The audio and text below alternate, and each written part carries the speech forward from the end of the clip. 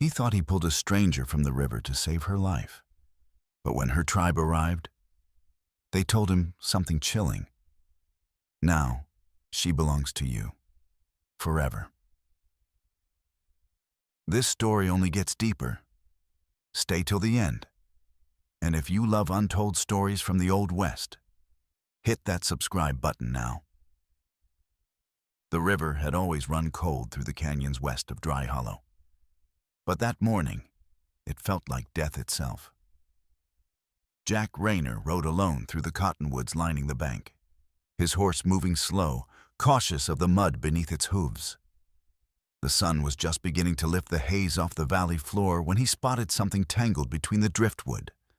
Not logs, not branches. A flash of cloth, then dark hair, matted and slick, trailing in the current like black ribbon. Jack's heart jumped. He slid off the saddle, boots sloshing into the icy shallows as he ran forward, reaching with both arms. She was a woman. Young, native, barely dressed in a soaked buckskin tunic. Her skin had gone pale, lips turning blue, eyes closed like they'd never open again.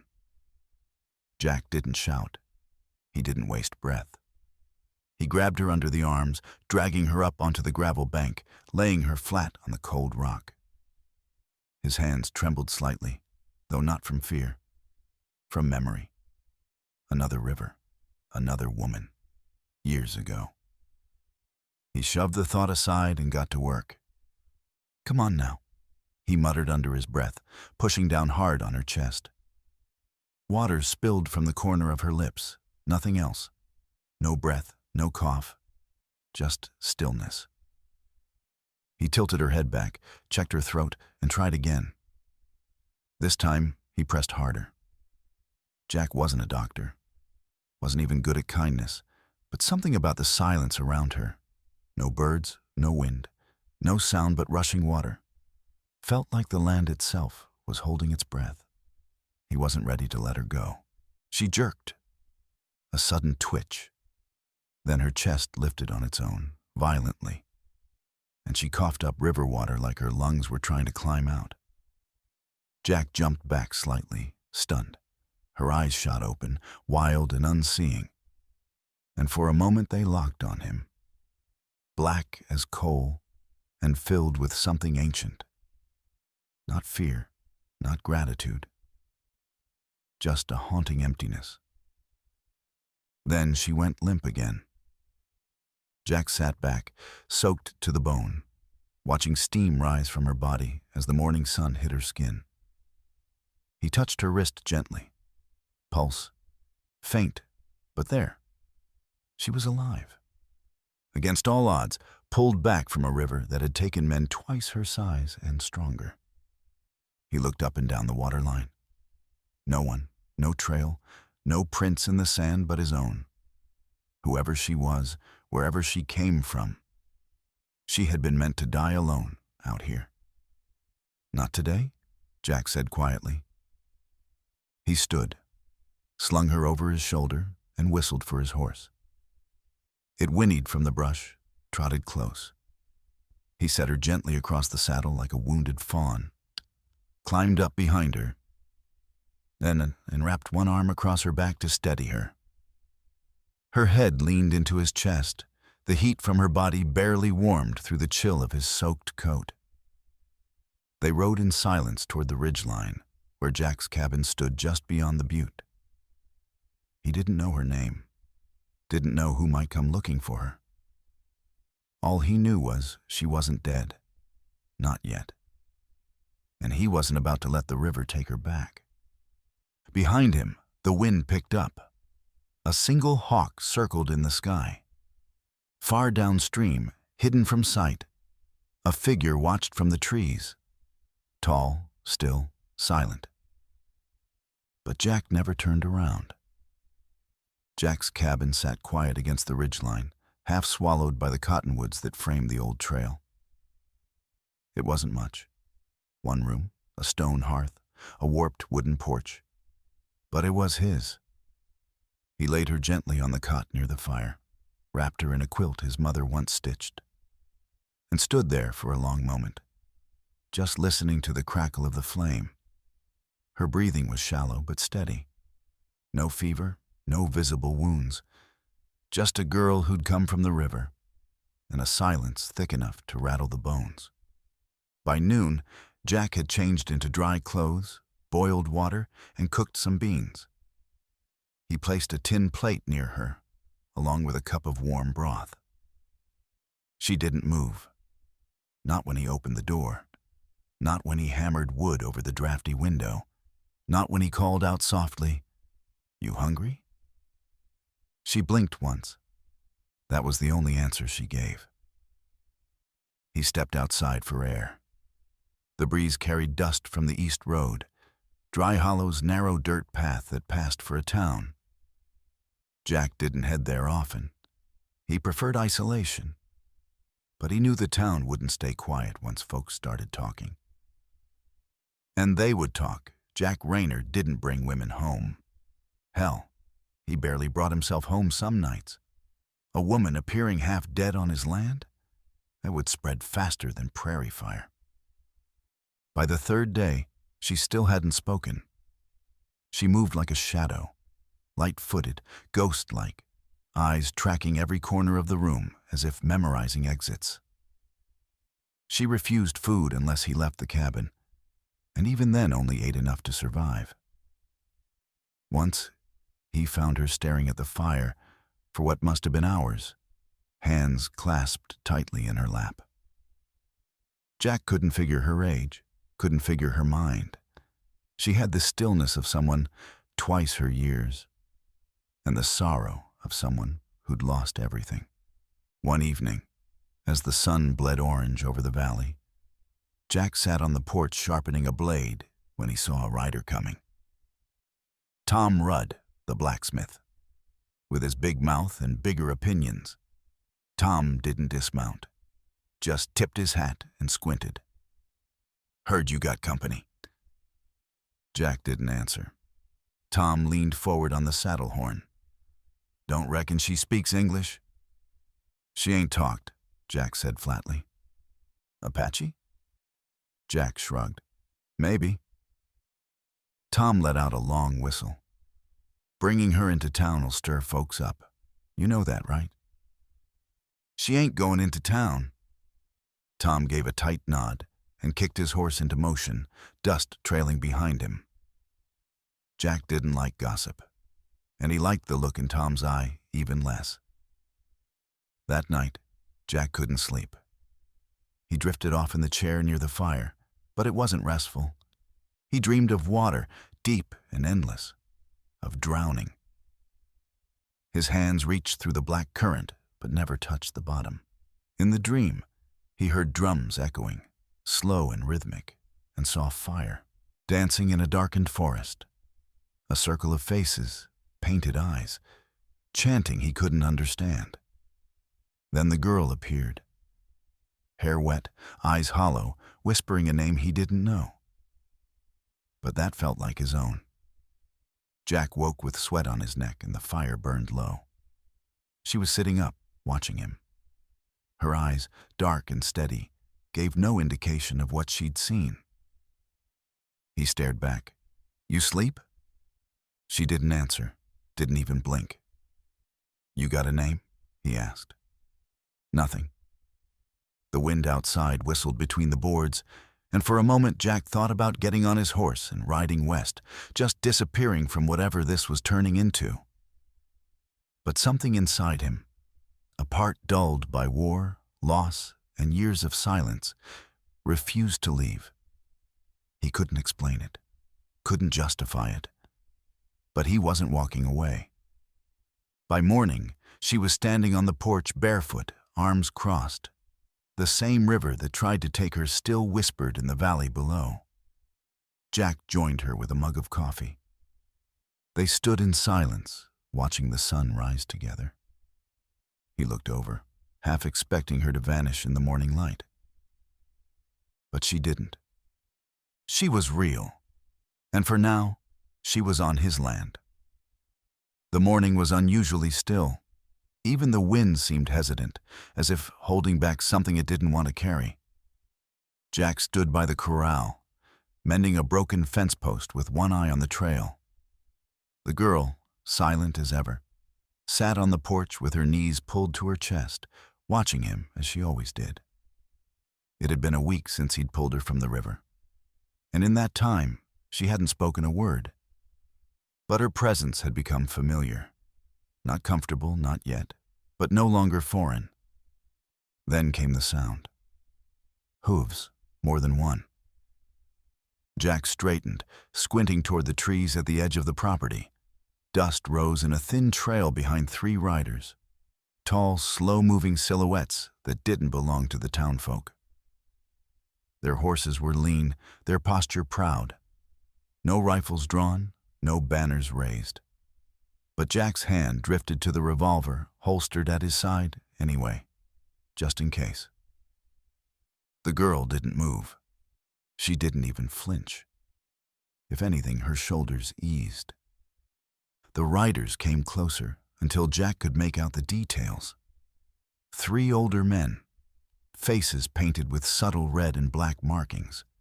Their eyes were sharp and their expressions unreadable. They dismounted as one, quiet and deliberate. None of them spoke right away. Jack stood his ground, boots planted, chin lifted. "You fellas lost?" The man in front, tallest of the 3, with a white braid trailing over one shoulder, stepped forward and looked at Jack without blinking. Then, in a slow, graceful movement, he bent one knee and bowed his head. The others did the same. Jack's grip on his pistol slackened, but he didn't relax. What the hell is this? The tall one raised his head. His voice was low, measured, and laced with the cadence of a man used to being listened to. "You took her from the water. You carried her back from death." Jack looked toward the porch. The girl sat perfectly still, her eyes fixed on the tall elder now, as if seeing someone she hadn't expected again in this life. "I saved her," Jack said slowly. "That's all." The elder gave a faint nod. "To you, it may be, but by our law, by the law of the sacred river and the old way, she is yours now." Jack's heart kicked once, hard. "What do you mean? She's mine." The second elder, shorter with silver earrings, stepped forward. "If one saves the life of a woman between dusk and dawn on sacred water, her soul becomes bound to his, not by possession, but by purpose. You took her breath back from the spirits. Now she belongs to your life, and you to hers." Jack shook his head, stepping back. "That's not how it works. I didn't—" "You did not choose," the third elder said, finally speaking. "The river did." The words landed like a stone in Jack's chest. The air felt heavier. Somewhere behind him, the fire inside his cabin popped and hissed. The girl stood now, one hand resting lightly on the wooden post of the porch. She wasn't frightened. She wasn't running. She simply stood there, looking at him, not the elders. "What does she say?" Jack asked, trying to pull the truth out of her face. "She says nothing," said the tall one. "She honors silence until the bond is clear. If she stays, it is her will. If she leaves, the bond is broken. But until then, the law is written in the water." Jack looked down at the ground, his hands itching with restlessness. He had never believed in old ways or sacred laws, but this didn't feel like superstition. It felt like something older than belief, something carved into the bones of the land. "She don't even speak," Jack muttered. "Not to you," the elder said. "Not yet." The sun crept higher, lighting the valley in gold and heat shimmer. The 3 men stepped back, mounting their horses in near silence. The tall one paused. You will not be alone, Jack Rayner. Others will come. Not all will understand. Not all will honor. And with that, the three of them turned and rode away, their silhouettes fading into the dust like ghosts returning to the hills. Jack turned slowly toward the porch. The girl was still there, hands folded in front of her. Her gaze didn't falter, not even now. "You hear all that?" he asked her. She didn't answer, but her eyes softened just slightly, not with affection, not even gratitude, just acceptance. Jack stepped up onto the porch beside her, running a hand through his hair. Well, hell.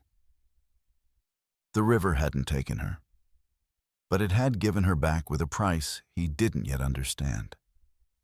And somewhere in the wind behind him, he swore he heard drums, low, distant, calling something forward. The sky darkened early that day, as if the sun had somewhere else to be. A low wind stirred the dust outside Jack Rayner's cabin, while the girl, still nameless, still silent, stood barefoot in the doorway, eyes on the trees. Jack was inside, pacing. Every creak of the wooden floor echoed like a warning. The words from the Apache elders haunted the space like ghosts. She is yours now. The river chose. Jack didn't believe in fate. He believed in scars, in years of grit and bad landings. But this was different. This wasn't superstition whispered in a saloon. This was a living thing. Something ancient, older than the bones in the hills or the stars above them. He poured himself a cup of black coffee and sat near the fire. The girl hadn't moved. She just stood there, still as a painting, watching the horizon. He finally spoke, voice low and gravel-worn. "You gonna tell me what this is?" No answer. He ran a hand through his beard. "You don't belong to me. I didn't ask for that. I just pulled you out of that damn river." Her eyes shifted toward him, steady and deep, like a quiet canyon holding secrets. Still, she said nothing. Later that evening, long after the sun dipped behind the hills and dusk took hold, they returned. The three Apache elders, just as before, this time carrying no weapons, no offerings, only stories. They sat around Jack's fire, uninvited but welcome, as if the land itself had granted them passage. The tall one spoke again, voice smoother in firelight. "The right is not about ownership," he began. "It is not a chain. It is a tether. You touched death when you pulled her from the river. She crossed a threshold, and your hands brought her back. That crossing is sacred." Jack leaned forward. "What happens if I don't want this bond? If I say no?" The elder's eyes flickered, unreadable. "You can refuse, but the river does not forget." The second elder added, "Refusing her means you unmake what the spirits allowed. The bond becomes broken, unstable. It draws shadows, not just for her, for you." Jack swallowed, his mouth suddenly dry. "So what? I'm cursed if I let her go?" "Not cursed," the third elder murmured, "but hunted. What is taken from the river and returned wrongly is often called back." Jack looked to her again. This quiet woman wrapped in firelight, her eyes reflecting the flame but giving none of it away. She wasn't afraid. She wasn't waiting for rescue. She was choosing. "This ain't fair," Jack muttered, standing and pacing near the hearth. "I didn't ask for her. I didn't know your law. I was just trying to help." "And you did," the elder said. "And now help has turned into something else." Jack turned to the girl. "Well, what do you want?" The fire popped, and for the first time since she came into his life, she stepped forward. Her bare feet made no sound on the old floor. She stopped just short of him and looked up. No fear, no flinching. Her hand reached out and touched the center of his chest, gently, like testing the heartbeat of a stranger. She nodded once. That was all. The elders stood. The tall one spoke last. She accepts the bond, with silence, with will. That is her word. Jack stared at her. You sure about this? He asked, voice cracked with confusion. Her hand dropped and she nodded again. Still not a word spoken, but something in her eyes was louder than anything he'd heard all week. They left before midnight. No more lectures, no farewell, just the soft sound of hooves fading into the hills and the long silence of the night pressing in around the cabin.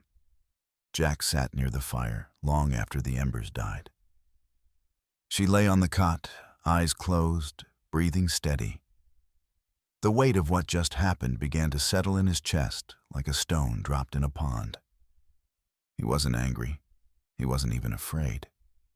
He was tethered, not by law, not by blood, but by the river that had nearly claimed her and the hand that had pulled her out.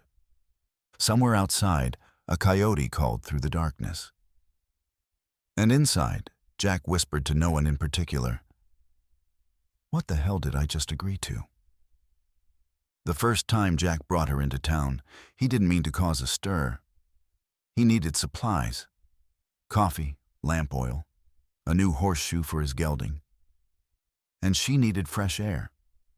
A break from the cabin that had become both refuge and cage. She rode behind him, her arms wrapped lightly around his waist, silent as always. But the moment they passed the general store, the whispers started like dry leaves in the wind. That's when Jack remembered why he'd stayed away from Dry Hollow all these years. Miss Althea from the boarding house peered out her lace-curtained window and drew back sharply. Two old ranchers paused mid-step near the saloon, their expressions twisted with suspicion. A boy, maybe 10, stared openly until his mother yanked him by the arm and muttered something sharp under her breath. It didn't take long before half the town was stealing glances. And not the curious kind. Jack tied his horse outside the trading post and helped her down. She moved with quiet dignity, keeping close but never clinging. Her dark eyes scanned the storefronts, the people, the sky, as if reading a language no one else could see. Inside, the air felt colder. Mr. Beauregard behind the counter gave a stiff nod, but didn't smile. "Morning, Rayner. You bringin' company?" Jack looked him square in the eye. "Just need my usual." "She don't talk?" Beauregard asked, glancing over Jack's shoulder toward the girl. "She don't need to," Jack replied. They packed the supplies in silence. When Jack reached for coin, Beauregard hesitated, then added dryly, "Town's talkin'. Some say she's a squaw witch, come to curse your land. Say she ain't natural." Jack's jaw tightened. "She's got a name." Beauregard raised a brow. "You sure?" Jack didn't answer. He didn't owe these people explanations. Not now, not ever. Outside, the girl stood near the horses, her fingers gently brushing the mane of a strayed dog that had wandered up. She smiled faintly, not at Jack, but at the animal. The first smile he'd seen from her. It vanished when boots crunched the dirt behind him. Sheriff Boone. He hadn't changed much. Same iron stare, same silver star glinting off a leather vest that was more for show than law. He came to a stop beside Jack, arms folded across his chest. "Heard you brought something home," Boone said, voice low.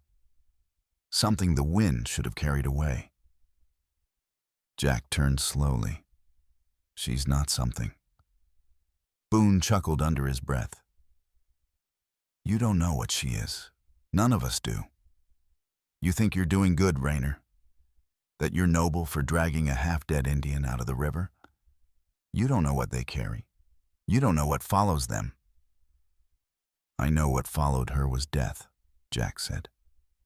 And it didn't catch her. Boone leaned in, his breath thick with tobacco and arrogance. She ain't yours to keep. Jack didn't flinch. Then whose is she? Boone narrowed his eyes. Let me be clear. I don't want trouble. But you bring her here again. And I won't be the only one ready to act. Jack didn't respond. He simply untied his horse, helped her up into the saddle, and mounted behind her. The ride out of town was slow, deliberate. He could feel every pair of eyes burning into his back like coals. By the time they reached the ridge, the valley below looked darker than usual. The clouds had thickened. The wind bit sharper. Back at the cabin, he helped her down and watched as she stepped into the doorway, then turned to look back at him. She hadn't spoken a word in all these days, but somehow he could feel her voice inside his bones. He unpacked the supplies in silence. Every clink of a can or shuffle of cloth echoed louder than it should have. The words from Boone rang in his ears. She ain't yours to keep. But what if she was? What if the bond the elders spoke of wasn't superstition or ceremony, but something deeper, something neither of them could walk away from now, even if they tried?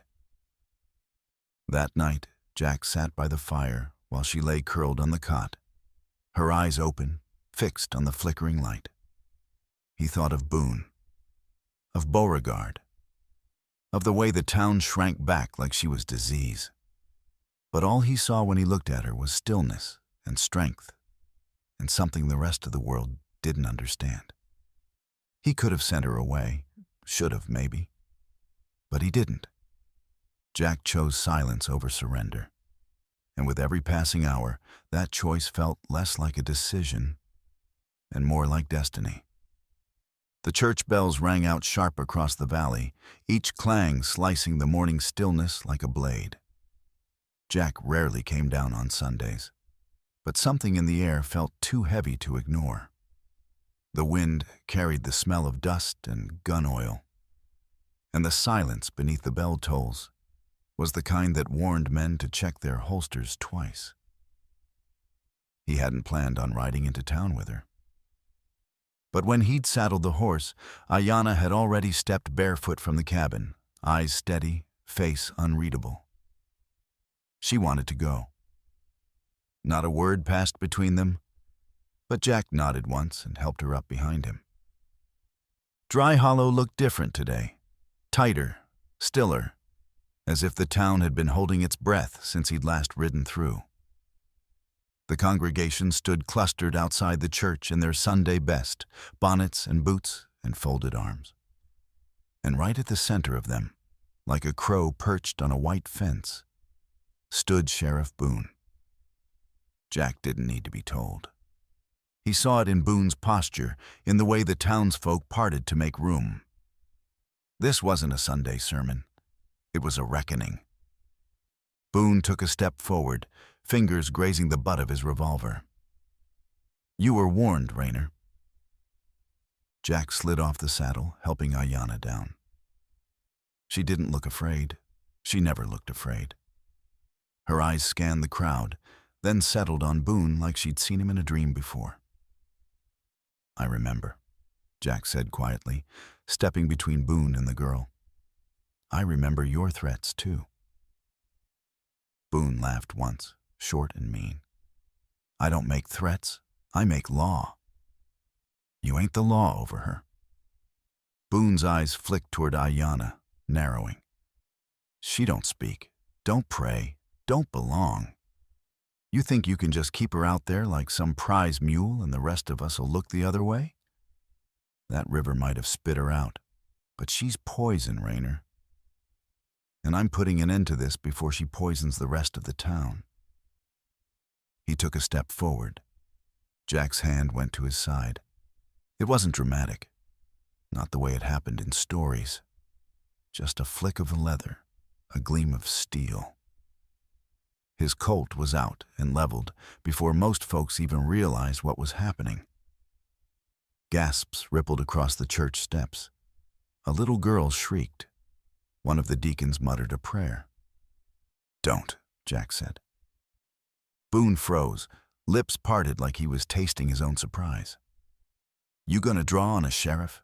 In front of God and the whole town?" "She's under my protection," Jack said, his voice low and steady. "You raise a hand to her, you raise it to me." Boone tilted his head. "That what this is about? You want her? You got some fancy feeling for her?" Jack didn't answer. He didn't need to. That's when Ayanna stepped forward. She moved like a shadow slipping in through moonlight. Quiet, precise, unafraid. She stood beside Jack, just a half step behind. But that half step was everything. Until now, she had been the silent presence in his life. Watching, learning, healing. But today, she chose to stand beside him. People noticed. That simple act, her body aligned with his, her chin lifted toward Boone, shouted louder than any words she could have spoken. Boone faltered. "You see that?" Jack said, his eyes locked on the sheriff. "She's choosing, not me, not you, her." The silence that followed stretched long and taut. Boone looked around, searching for support. The pastor had lowered his eyes. Mrs. Althea crossed herself. Even Beauregard stood stiff by the hitching post, jaw clenched, saying nothing. Boone swallowed hard. "This ain't the end, Rayner." "It is for you," Jack said. "Now get off this street." Slowly, Boone stepped back. He didn't holster his weapon right away. He kept it in his hand like a man trying to save face. But the fight was gone from his posture. He turned, pushed through the gathering crowd, and disappeared around the corner of the chapel. The town held its breath until he was gone. Jack lowered his gun, turned toward Ayanna. She was already looking at him. For a long moment, neither moved. Then she reached out, just a small, tentative motion, and rested her fingers on the back of his hand. It wasn't affection, exactly. It was something older, recognition, a silent echo of the bond the elders had spoken of, not forged by ceremony or law, but by fire and danger and the choice to stand together when it mattered most. They left the churchyard in silence, the townspeople parting to let them through. Behind them, the bells had stopped. But in Jack's chest, something new had begun to ring. Louder than steel, clearer than gunfire. For the first time, he knew she wasn't just someone he had saved. She was someone he would fight for. The moon rose full and quiet, casting its silver weight over the canyon like a breath held in reverence. Jack stood at the edge of the fire, boots sunk into the earth, eyes drawn to the flickering shadows dancing across the walls of stone. All around him, the rhythm of drums pulsed through the night. Low, ancient, steady, echoing the slow beat of his own heart. They had come again. The elders. This time, not as strangers on horseback, but as guides bearing something sacred. Ayanna had stood beside them as they prepared the rite, moving silently between the stones and firewood like she had done it before in another life. There was no church, no judge, no lawman. Only flame, sky, blood, and earth. The fire snapped to life with a gust of dry wind, its orange light painting Jack's face with strokes of solemnity. Beads of sweat collected at his brow, not from heat, but from weight. The weight of what was coming. He had said nothing to Ayanna since the standoff at the church. They hadn't needed words. Every glance between them said what tongues could not. Still, tonight, as the night opened itself to something older than both of them, he wondered if silence would be enough. The ceremony began with smoke. One of the elders crushed a bundle of sage in his hand and let the smoke trail around them, a circle unbroken. Jack inhaled it deeply, the scent sharp and grounding. The second elder laid strips of red and white cloth across the stone altar, symbols of blood and bone. The third, the oldest of them, began to speak. Not in English, but in the Apache tongue, soft and fluid like wind weaving through pine. Ayanna stepped forward. She wore the same clothes she had worn the day he found her. Though they had been cleaned and mended, they still bore the journey's weight. Her hair was loose tonight, long and black as the sky, and the firelight made her skin glow like river-polished stone.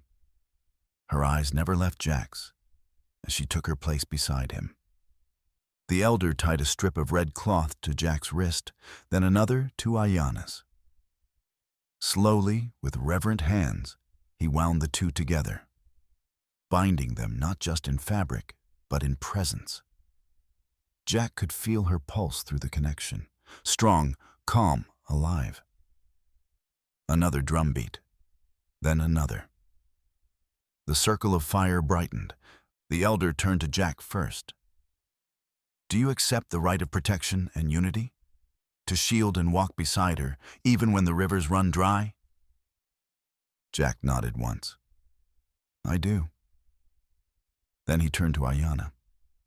She stood still as stone, eyes fixed on the elder, then on Jack. The fire popped loudly as the wind shifted, sending sparks into the night sky like stars in fast motion. The elder leaned in. "And do you, Spirit Walker, accept this bond freely, not as debt, but as path?" Ayanna did not speak, not at first. Jack held his breath. The world felt suspended. Then she moved, just her lips, softly, slowly. "Stay." It wasn't just a word. It was a plea, a vow, a crack in the dam of silence that had wrapped itself around her since the night he found her on the riverbank. Her voice was rough with disuse, but clear, like it had traveled far to reach this moment. "Stay." The drums paused. Even the fire seemed to still, as if honoring the moment. Jack's eyes widened, not in surprise, but in awe. That word, so simple, carried the weight of 100 unspoken truths. She wasn't asking him to remain standing. She was telling him that he was seen, chosen, needed. He stepped closer, not caring who watched. "I'm not going anywhere," he said, voice breaking slightly. The drums resumed, slow, powerful. The cloth around their wrists tightened in the elder's hands, sealing the vow. Behind them, the canyon held its silence with reverence. Jack had been many things in his life: a wanderer, a fighter, a man marked by loss. But tonight, as the flames danced in Ayanna's eyes and her single word echoed in his chest, he knew he had crossed into something uncharted. Not just marriage by right or custom, but a bond forged in spirit, sealed in fire. As the night deepened, the elders departed one by one, leaving only the two of them beside the glowing embers. The cloth remained around their wrists. Neither moved to untie it. Ayanna turned toward him fully now, her expression unreadable, but softer than he had ever seen. Then, in a whisper meant only for the fire and the stars above, she said one more word. "Yours." The wind shifted just before dawn, stirring the ashes of last night's fire into a slow spiral of smoke. Jack sat on the edge of the bluff, the bound cloth still wrapped around his wrist, now worn soft from wear. Ayanna was behind him, quiet as always. But something about the silence felt different now. Not heavy, not haunted, just waiting. She stepped beside him without sound, crouched low, and looked out toward the horizon where the river carved its way through the canyon like a silver knife. Jack turned to her, expecting the usual silence, maybe a glance. Instead, she met his eyes and spoke. "I died once," she said. Her voice, though soft, cut deeper than any blade. Jack didn't answer. He waited. "I was promised to a man I did not choose," she continued, her gaze never leaving the river. "A white trader, greedy, cruel. My father owed him debts after 2 winters of famine. The man came to our camp with silver and threats. He said I was part of the payment." Jack clenched his fists. "I ran. First nightfall, I ran to the river, hoping it would carry me somewhere he couldn't follow. I thought the water would save me, or take me. I didn't care which." Her voice broke there, just slightly. "But he chased me, found me before I could cross. He threw me in himself." A chill traced Jack's spine. He remembered that night vividly now, the way her fingers had clutched at the rocks, the way her eyes had looked both wild and empty. She hadn't fallen. She had been thrown. "He held my head under," she said, almost whispering. "I saw the sky through the water. Then nothing at all. And then, you." Jack looked at her then, really looked. The scars just beneath her collarbone, the faint bruise that had long since faded beneath her skin, the fire in her eyes that refused to die. All the mysteries, the silence, the dreams, drowning, drums, firelight. They made sense now. He hadn't stumbled onto a stranger that night.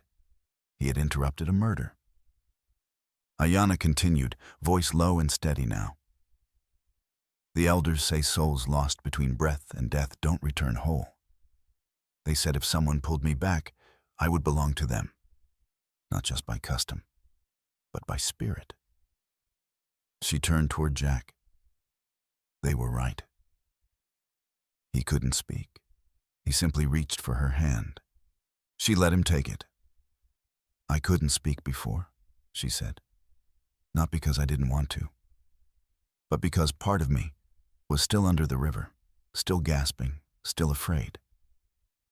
She paused. "But when you stood for me at the church, when you didn't flinch before Boone's gun, the part of me that was drowning came back." Jack closed his eyes briefly, breathing deep, trying to ground himself in the weight of what he'd just heard. "Who was he?" he asked. "The man who did it?" She was quiet for a long time. "His name's Archer Clay," she said finally. "He's not just a trader. He moves women, sells them across state lines like goods. The sheriff in Sand Valley covers for him, takes a cut." Jack swore under his breath. That name rang a bell. He remembered seeing Clay once, years ago.